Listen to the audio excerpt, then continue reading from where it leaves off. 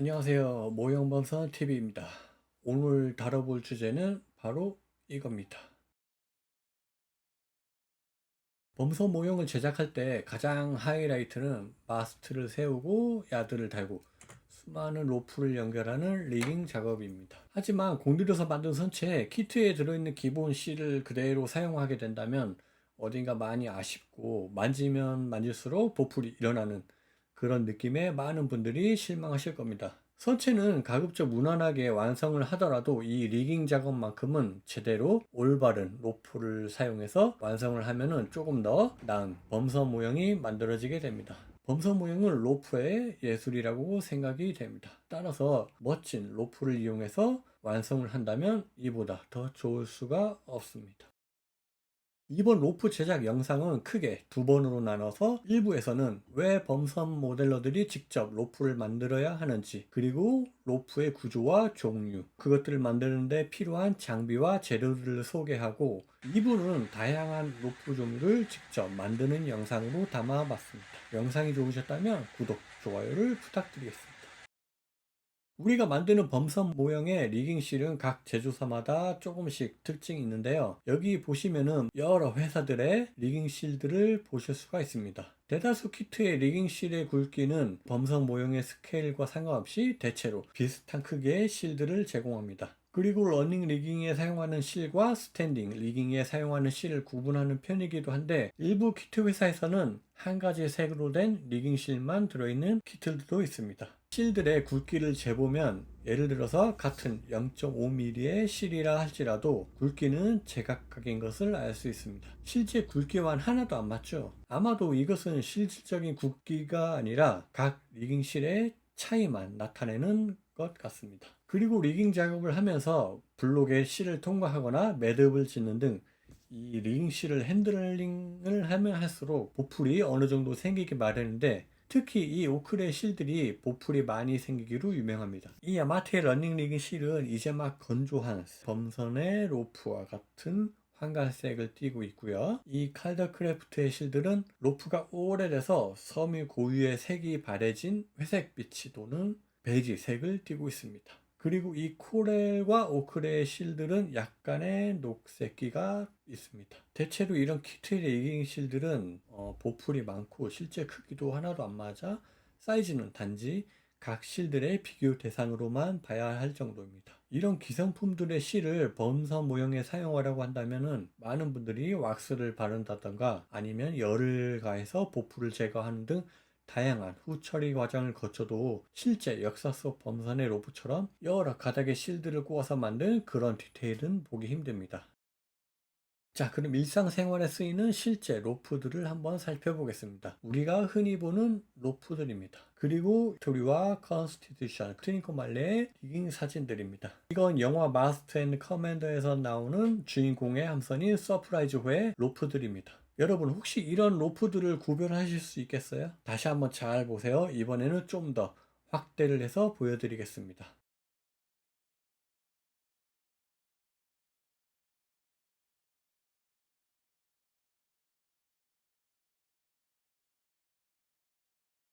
대다수 로프들이 한쪽 방향으로 꼬아져 있습니다만 어떤 것들은 반대 방향으로 꼬아져 있는 것을 보실 수 있습니다. 일반적으로 우리가 부르는 로프의 정의는 이 사진의 로프처럼 오른손 꼬임, 오른쪽 꼬임 또는 알파벳 Z의 허리 부분의 형태의 꼬임입니다. 대부분의 로프는 이런 방식으로 꼬여진 형태의 로프들입니다. 또는 호저 레이드라고 부릅니다. 그럼 반대로 꼬인 로프를 뭐라고 할까요? 사실 이것들은 로프라고 부르는 것이 아닌 케이블이라고 부르고 또는 케이블 레일이라고 표현을 합니다. 이것들의 꼬임 형태에 따라서 왼손 꼬임 또는 알파벳 S 꼬임이라고 부릅니다. Z나 S, 오른손이나 왼손 모두 로프 꼬임의 형태를 나타내는 단어입니다. 일반적으로 일상생활에 사용하는 로프들이나 범선에 사용한 로프들은 전부 Z 꼬임의 형태로 제작이 됩니다. 이것은 역사적으로 대다수 사람들이 오른손잡이였기 때문입니다.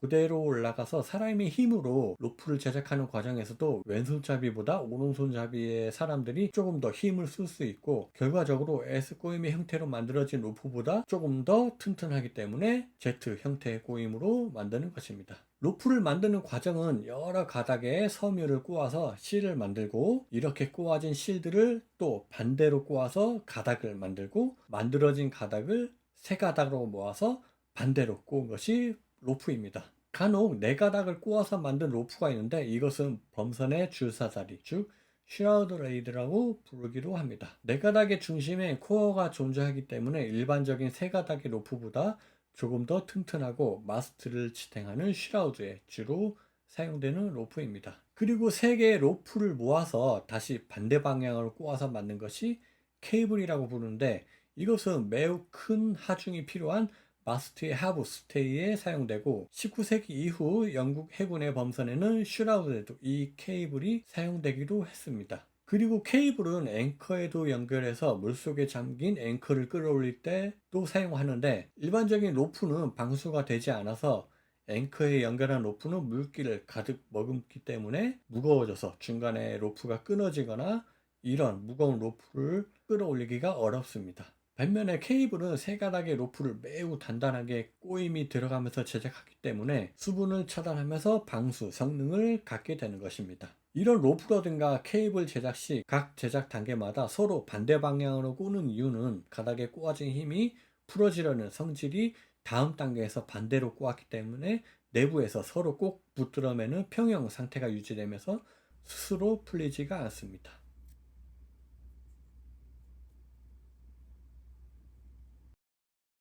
실제로 로프를 제작할 때 섬유에서 실을 만드는 과정을 우리는 실을 바로 구매하면서 해결하면 됩니다. 천연 섬유로 제작된 실과 합성 섬유로 제작된 실, 이렇게 두 가지가 있는데, 여기서 중요한 것은 천연 섬유로 만들어진 실은 면이나 마와 같은 원료로 만들어졌는데, 이런 실을 이용해서 만든 로프들은 좀 더 빈티지하고 클래식한 질감을 나타내지만 보풀이 잘 생기고 습기에 취약해서 팽창하거나 수축하는 과정에서 마스트나 야드가 휘어질 수 있습니다. 대부분 키트의 리깅실이 이런 천연 섬유로 만들어졌습니다. 반면에 합성 섬유로 만들어진 폴리에스테르 필라멘트사가 있는데, 이런 실들은 보풀이 거의 없고 습기에 강하며 인장 강도가 강해서 수명이 긴 장점이 있습니다. 일부 키트 회사에서 이 합성 섬유를 사용하는 것 같습니다. 저는 처음에 로프를 만들 결심을 했을 때 당시 참고 자료였던 로프 만들기 강좌에서 나온 합성 섬유인 구토만사의 마라 실을 이용해서 만들었는데요. 이 실이 갖고 있는 기본적인 특성 때문에 마라는 더 이상 사용하지 않고 요즘엔 같은 회사인 구터만 이 스레드를 이용해서 로프를 만들고 있습니다. 마라의 경우 실 자체에 꼬임이 있다 보니 로프를 만든 과정에서 이 꼬임을 풀어줘야 합니다. 이게 무슨 말이냐면은 실의 제작 단계에서 이미 한번 꼬아졌다는 뜻인데, 문제는 이 꼬임의 형태가 Z 형태로 꼬아져 있습니다. 그래서 로프 제작 바로 전 단계인 가닥을 만들려고 하면은 이 실들의 꼬임을 풀어줘야 합니다. 나중에 이 실을 이용해 로프를 만드는 과정을 보여주겠지만, 처음에 이 가닥을 형성하려면 S 형태로 꼬아야 하는데, 로프머신으로 꼬임을 풀었다가 원점에서 다시 반대로 꼬아야 하기 때문에 이 과정을 로프머신이 반복해서 움직여야 하는 번거로움이 있습니다. 얇은 로프를 만들 때에는 각 후크마다 한 줄에 실만 걸쳐져 있을 때 괜찮은데, 조금 더 두꺼운 로프를 만들기 위해서 후크 하나당 여러 줄의 실을 겹쳐서 걸었을 때는 이렇게 만들어진 로프의 질감이 약간 차이가 있습니다. 하지만 앞으로 제가 만들어 나갈 로프의 주 재료인 구텀한 이 스레드의 경우 실 자체가 섬유 뭉치처럼 보이고 꼬임이 별로 없는 듯 하고요. 여러 줄을 거쳐서 두꺼운 로프를 만들 때에도 실제 로프와 같은 질감이 만들어집니다. 그래서 제가 마라를 사용하지 않고 이 스레드를 이용해서 로프를 제작하는 것입니다. 마라와 이 스레드 이외에도 로프 제작 재료로서 다양한 종류의 실이 있는데요. 만약에 시청자 여러분들이 제가 소개한 이 두 가지의 실 이외에도 다양한 실을 이용해서 만들어진 로프를 보셨을 때 그게 더 마음에 든다 하시면은 그 실을 이용하시면 됩니다. 로프를 제작할 때 사용하는 기계를 로프워크 또는 로프워크 머신 등 다양하게 부르고, 이 말의 어원은 범선에 쓰인 로프를 만들던 공장에서 나왔는데, 길게 뻗어 있는 건물에서 로프의 재료를 길게 펼쳐놓고 꼬아서 만들었습니다.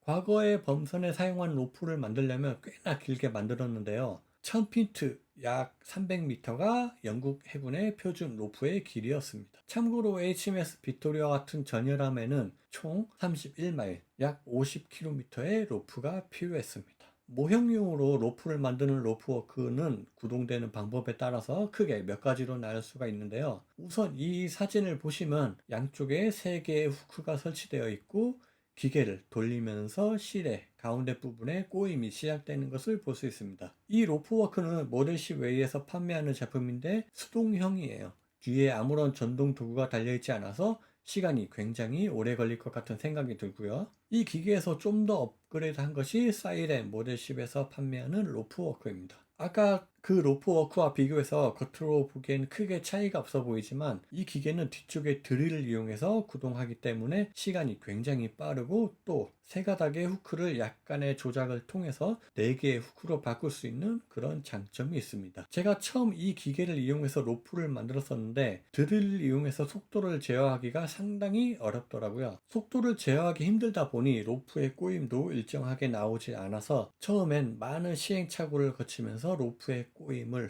일정하게 나올 수 있도록 수차례 연습했던 경험이 있습니다. 이와 같은 방법으로 로프를 만드는 기계가 있는 반면에 전동 모터로 구동하는 로프워크들도 있는데요. 이런 기계들은 특정 제조사에서 만든 것이 아니라 대부분 모델러들이 직접 제작해서 판매를 하고 있습니다. 해외 범선 모양 포럼들을 살펴보면 다양하게 제작된 로프워크들을 볼 수가 있는데 대부분 디자인이 우리 선주들이 사용했던 로프워크와 크게 다르지 않고 제작 원리 또한 같습니다. 한쪽에는 후크가 여러 개 달려있고 반대쪽에는 하나만 달려있습니다. 그리고 앞서 소개한 로프워크와 달리 꼬임이 시작되는 곳에서 탑이라고 부르는 로프의 꼬임을 제어하는 나무 블록이 있는데 양쪽 끝에서 서로 반대 방향으로 회전하는 실뭉치들이 올바르게 꼬임을 유도하는 장치입니다.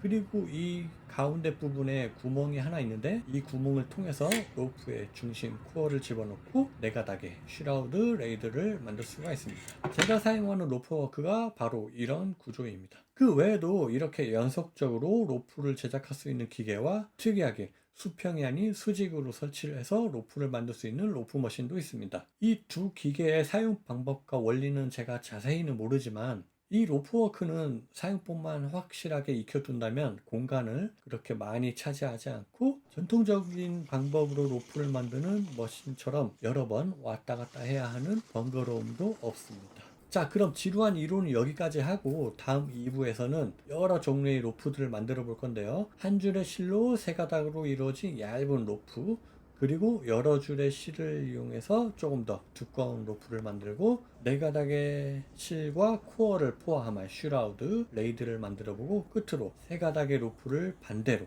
꼬아서 만드는 케이블을 만들어 보고 이렇게 만들어진 로프들을 이용해서 열 처리하는 과정까지 소개해 보도록 하겠습니다.